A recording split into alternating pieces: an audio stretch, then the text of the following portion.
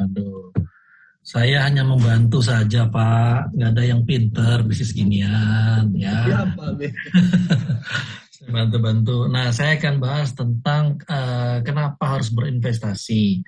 Memang di Indonesia itu untuk yang namanya bisnis keuangan, bisnis perdagangan itu kurang yang namanya edukasi. Entah dari regulatornya atau entah dari brokernya, itu kebanyakan pemahamannya sudah larinya ke bisnis terus. Ya, makanya agak sedikit orang nggak paham untuk berinvestasi, apalagi di sektor keuangan atau perdagangan. Tapi kalau berinvestasi tempat lain, mereka suka. Apa itu investasi? Investasi adalah istilah pengertian yang berhubungan dengan keuangan ekonomi. Harusnya investasi nggak harus berhubungan dengan ekonomi dan keuangan. Investasi bisa berinvestasi uang, bisa berinvestasi waktu, bisa berinvestasi tenaga. Tergantung kita maunya main di mana. Cuman karena kita mainnya di sektor keuangan, jadi kita ngomongnya adalah keuangan. Ya, investasi itu bahasa simpelnya adalah penanaman modal. Jadi saya punya duit lebih, saya mau buka modal ini, saya mau modal A, modal B, modal C, modal D, modal E, terserah, bebas. Itu namanya investasi. Penting nggak sih investasi? Penting. Kenapa? Karena sekarang sejak ada namanya pandemi, sejak ada yang namanya gejolak-gejolak politik, ekonomi segala macam, kita penting yang namanya mendiversifikasi sebuah risiko. Ya, diversifikasi sebuah risiko itu terserah di mana yang kalian nyaman. Ya, manfaatnya apa berinvestasi? Yang pertama, mengatasi sebuah inflasi. Inflasi itu apa? Inflasi itu adalah kenaikan harga barang dan jasa. Ya, semakin naik harga barang dan jasa, otomatis ada investasi yang meningkat, ada investasi juga yang menurun. Ya, inflasi itu sangat penting untuk sebuah negara. Bahkan negara pun juga sudah berinvestasi. Berinvestasi dimanapun, main di mata uang, main di ekspor import, main di emas, main di properti, main di ori, main di obligasi, manapun dia juga sudah berinvestasi. Even negara pun berinvestasi, masa kita tidak mau berinvestasi? Ya, yang kedua, investasi apa manfaatnya? Menambah sumber penghasilan. Nah, biasanya kalau para pekerja itu malas Pak berinvestasi. Kenapa? Oh, gaji segini aja mau berinvestasi aja udah bersyukur. Makan aja kadang-kadang Senin Kemis. Gitu ya. Rata-rata kan karyawan itu gajinya 10 koma. Tanggal 10 udah pada koma semua. Ya, kenapa? Ya, tidak mau berinvestasi. Dari penghasilan 100%, mereka habisin 100%. Makanya kelihatan mental-mentalnya itu. Kalau 100% gajian tanggal 25 sampai 30, mall rame. Sudah pasti. Kenapa? Mereka spend-nya di sana. Ya, mereka menghabiskan duit di sana. Kalau saya dulu diajarinya dengan dana 100%, saya pakai kebutuhan sehari itu cuma 50%. Jadi 10% itu kalau saya Kristen, jadi ada yang namanya perpuluhan. Mungkin kalau di Muslim ada yang namanya zakat atau infak atau apa dibagi-bagi. Terus yang 10% saya kasih orang tua, nah 30% ini biasanya saya main investasi. Saya main dimanapun, main di sini, main di sana, main di sini, main di sana, tergantung kebutuhannya mana. Investasi pun juga kalian sukanya di mana. Saya sukanya main di sini, oh saya lebih suka main di arisan, oh lebih suka saya main begini-gini, bla bla bla, bebas, pilih aja mana yang kalian suka. Kenapa? Menambah sumber penghasilan. Kadang-kadang ada beberapa pengeluaran-pengeluaran dadakan yang kita harus siapkan buat diri kita sendiri. Nah, itu bisa diambil dari investasi. Yang ketiga, tujuannya berinvestasi apa? Mewujudkan tujuan keuangannya. Nah, tujuan keuangan kan mau investasi mau ngapain?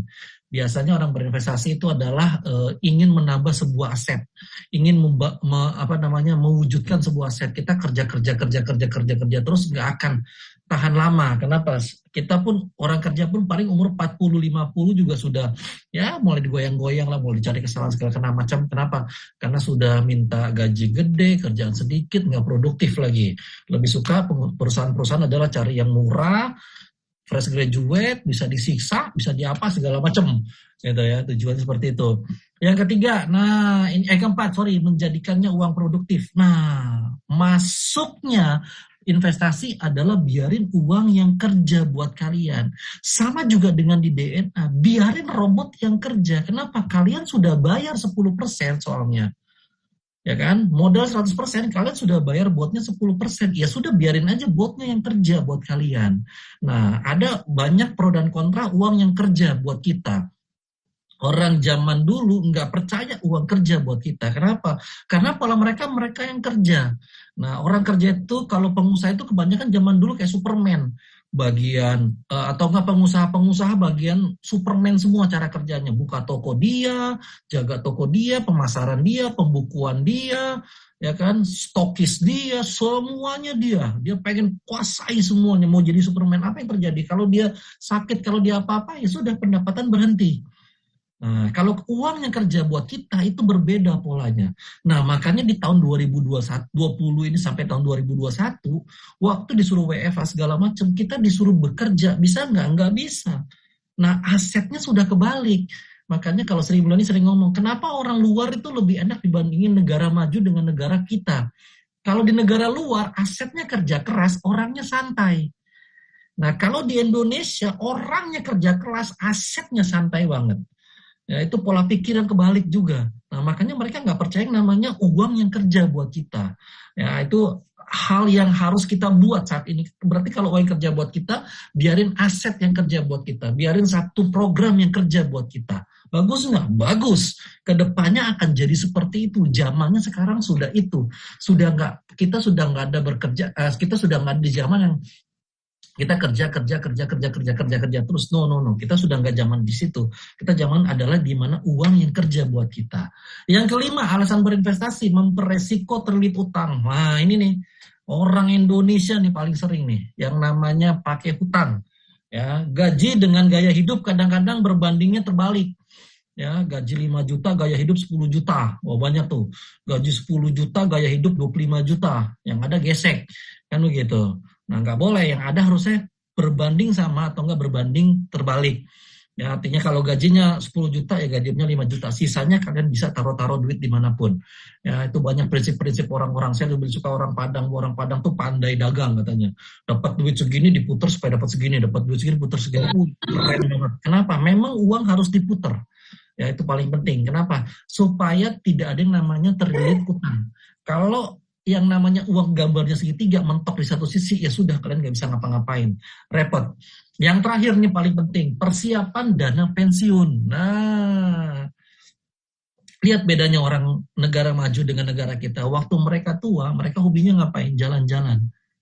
Kenapa? Mereka merasakan, oh, saya sudah kerja berapa tahun, saya sudah menghasilkan berapa tahun, saya sudah berinvestasi berapa tahun. Investasi di mana aja? Mau deposito, mau di saham, mau di obligasi, mau dibuka toko, apa segala macam pun boleh. Tapi manfaat investasi itu penting buat kita sekarang sama buat kita ke depannya. Ya, itu paling penting. Ya, makanya kita nggak mikirin uang saat ini doang. Yang kita pikirin uang saat ini adalah yang sudah kita pikirkan setahun atau 2 tahun ke belakang. Berarti yang ke depan yang kita pikirkan udah mulai dari sekarang. Mulailah menabung, mulailah berinvestasi, mulailah cari tujuan, mulailah nambah penghasilan. Dimanapun, bebas namanya berinvestasi. Boleh nggak Pak saya mainnya di asuransi? Boleh. Boleh nggak saya main di saham? Boleh, nggak salah. Jadi kalau kalian punya beberapa dana 100%, katakanlah, oh saya main di 50% mainnya di high risk, ini low risk, ini medium risk, boleh nggak? Boleh. Banyak nggak pilihannya? Banyak. Tingkatan-tingkatannya pun juga jelas. Ada yang low risk, low gain, ada yang medium risk, medium gain, ada yang high risk dengan high gain. Nah, banyak orang yang nggak setuju dengan high risk high gain. High risk high gain Pak, jangan Pak. Dari dana saya 100% Pak, saya cuma 10% aja Pak. Ngeri-ngeri sedep Pak. Ya, karena duit bisa habis juga.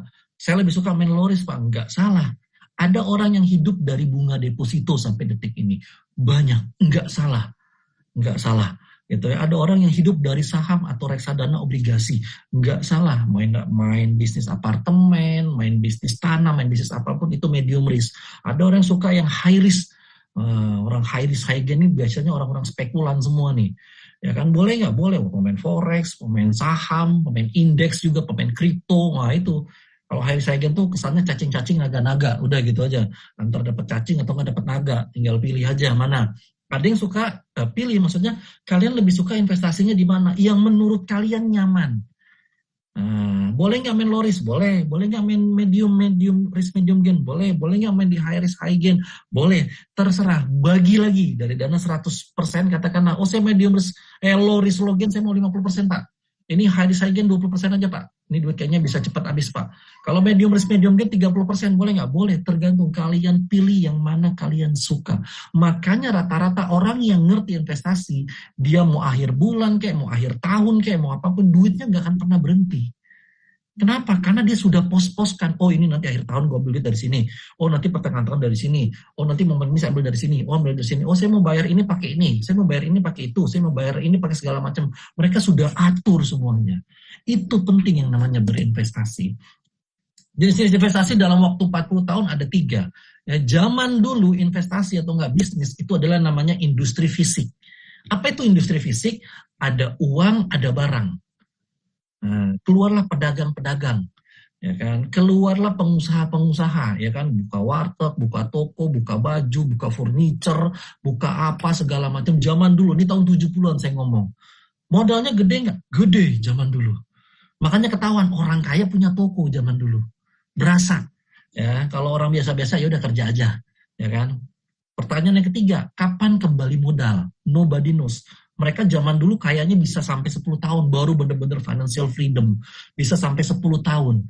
Ya, kenapa? Karena uangnya dalam bentuk barang.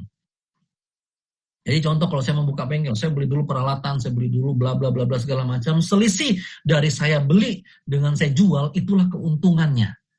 Nah, itu industri fisik. Nah, berkembangnya zaman, industri fisik sudah tidak menarik lagi. Sekarang tahun 90-an masuklah yang namanya industri paper. Apa itu industri paper? Uangnya dalam bentuk kertas. Nah, berarti harga satu kertas dengan harga sebuah industri fisik sama. Yang beda apa? Yang beda resikonya. Nah, zaman dulu kalau ada uang, ada barang, uangnya dalam bentuk barang, resikonya apa? Kebakaran. Nah, makanya kalau pabrik kebakaran, pengusaha udah klaim aja 5M. Udah selesai. Stres nggak? Stres. Kenapa? Uangnya dalam bentuk barang. Nah, sekarang masuknya industri paper. Artinya industri paper masuklah saham di Indonesia tahun 93. Muncul yang namanya BEJ, Bursa Efek Jakarta. Berarti uangnya dalam bentuk paper. Berarti harga satu paper ini seharga dengan harga satu buah bengkel. Resikonya lebih aman nggak? Lebih aman karena bentuknya paper. Jeleknya bentuk paper kalau harganya turun.